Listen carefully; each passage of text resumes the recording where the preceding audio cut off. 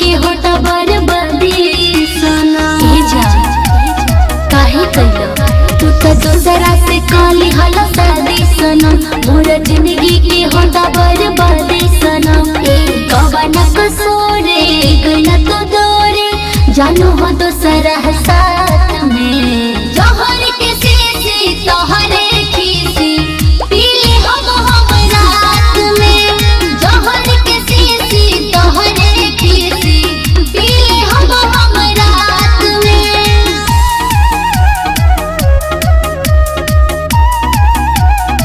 Music by Prince बमर बमर बमर कैसन लगवले रहला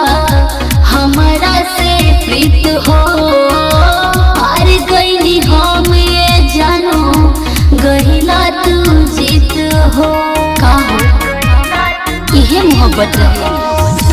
कैसन लगवले रहला हमारा से प्रीत हो हार गईली हम ये जानो गहिला तू जीत हो बेवफाई ये हर जाए आई गइल तू अब बात में जहर के शीशी तोहरे खीसी पीले हम रात में जहर के शीशी तोहरे खीसी पीले हम रात में।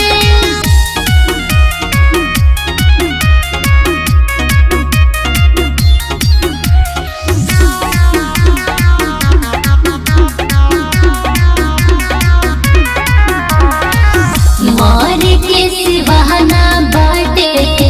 और कोनो रसदा ए प्रिंस पवन करा आरती के व्यवस्था आखिर हम जी के काहे करो बोला मार के सिवाना बाटे और कोनो